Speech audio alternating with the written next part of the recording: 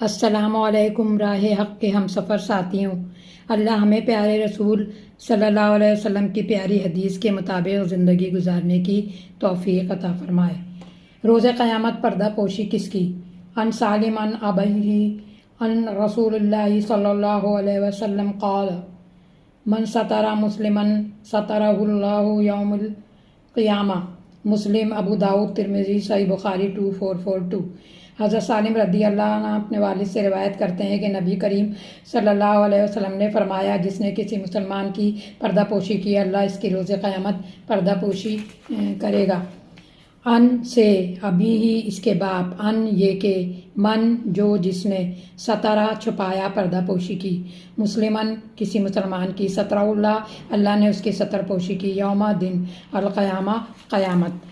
حدیث پاک میں جس خوبی کا تذکرہ ہوا ہے یہ عمدہ اخلاق ہے۔ عمدہ اخلاق خوبصورت، گہرے، پکے، سچے ایمان والوں میں ہوتے ہیں۔ یہ خیال بھی دل سے نکال دیں کہ اخلاق سنوارے نہیں جا سکتے۔ محنت سے، توجہ سے، شوق سے، دعا سے اخلاق بہتر کیے جا سکتے ہیں۔ مایوسی کسی کے لیے بھی نہیں ہے۔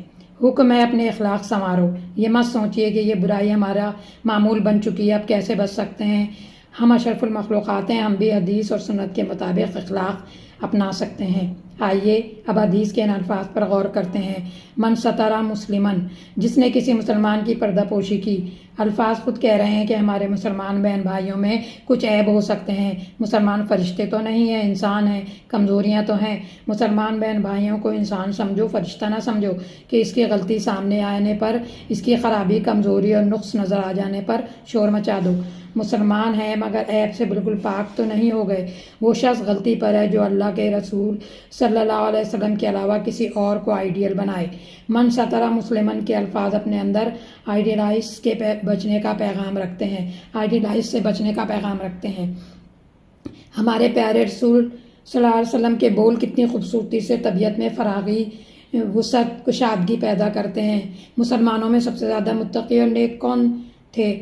آپ کہیں گے صحابہ کرام رضی اللہ عنہ، لیکن ایسا تو نہیں ہے کہ اس عظیم گروہ سے کبھی کوئی غلطی نہ ہوئی ہو۔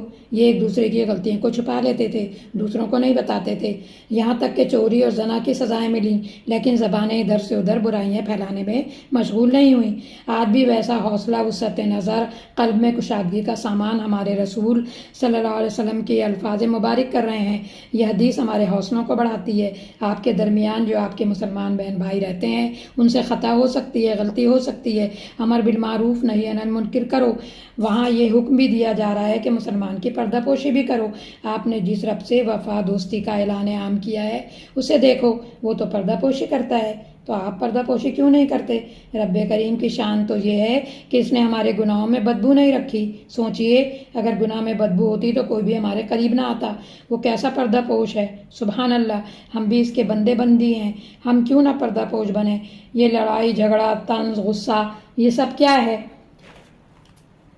2 دن شادی کو ہوئے ہی نہیں، برداشت ہی نہیں، بات چھپانے کا حوصلہ ہی نہیں، شوہر اس کے گھر والوں کی برائیوں کا نشر عام شروع ہو جاتا ہے، دلہن اس کے گھر والوں کے سارے عیب ہر وقت بیان کیے جاتے ہیں، حالانکہ آپ صلی اللہ علیہ وسلم نے اس سے رکنے اور کتنی سخت بات کہی ہے رکنے کے لیے، مگر دکھ یہ ہے کہ سینوں میں وہ دل ہی نہیں جن میں پیارے نبی صلی اللہ علیہ وسلم کی محبت ہو، ان کی بات کی اہمیت ہو۔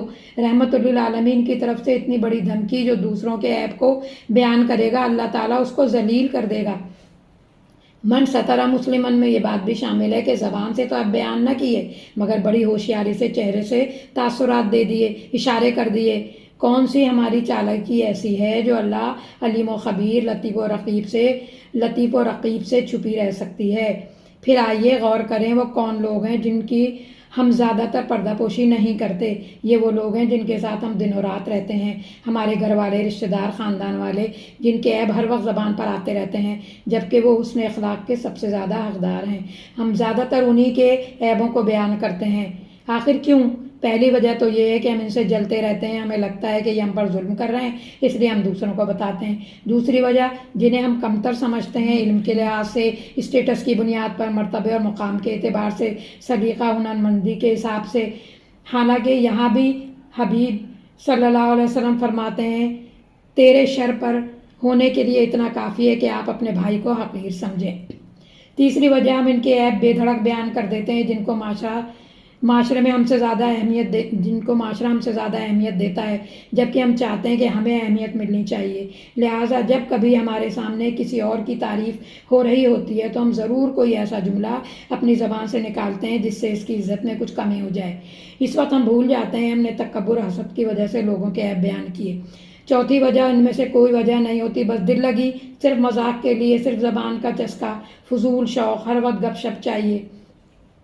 کیا ہم تک رسول صلی اللہ علیہ وسلم کی وہ بات نہیں پہنچی؟ ابو داؤد کی حدیث، انسان کے اسلام کی خوبصورتی یہ ہے کہ بیکار باتوں کو چھوڑ دے۔ ہمیں اسلام خوبصورت چاہیے ہی کب؟ گھر، صوفے، پردے، لباس، جوتے سب خوبصورت ہوں۔ اسلام کے خوبصورت ہونے کی فکر اور شوق کس کو ہے؟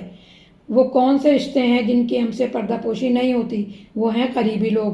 محتاط رہیں، پھسلنے کی جگہ، خطرے کی جگہ سے بچنے کی کوشش کریں۔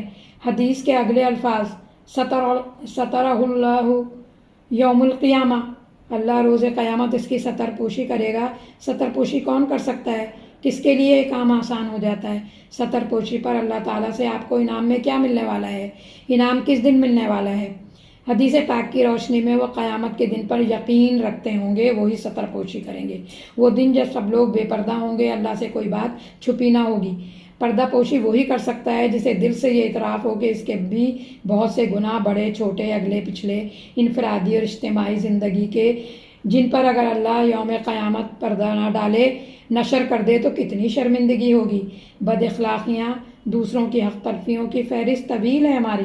ہم اپنے لیے کیا چاہیں گے؟ اللہ پردہ پوشی فرما۔ ہم میں سے کون وہ رسوائی گوارا کرے گا کہ اگر اللہ تعالیٰ نے عمر بھر کی آپ کی اور میری گفتگوؤں کا ٹیپ آن کر دیا، ویڈیو دکھا دی، زندگی بھر کی CD چلا دی؟ کس کے سامنے؟ حضرت آدم سے لے کر خاتم النبیین صلی اللہ علیہ وسلم کے سامنے۔ سورہ تغابن آیت نمبر 9، یوم یجمعکم الیوم الجمع، اس روز جب وہ سب کو جمع کرے گا۔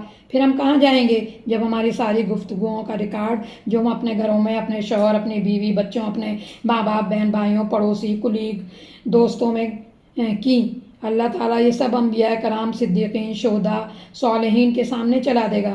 مجھے روز قیامت اپنی پردہ پوشی کے لیے آج مسلمان بہن بھائیوں کی پردہ پوشی کرنی ہے۔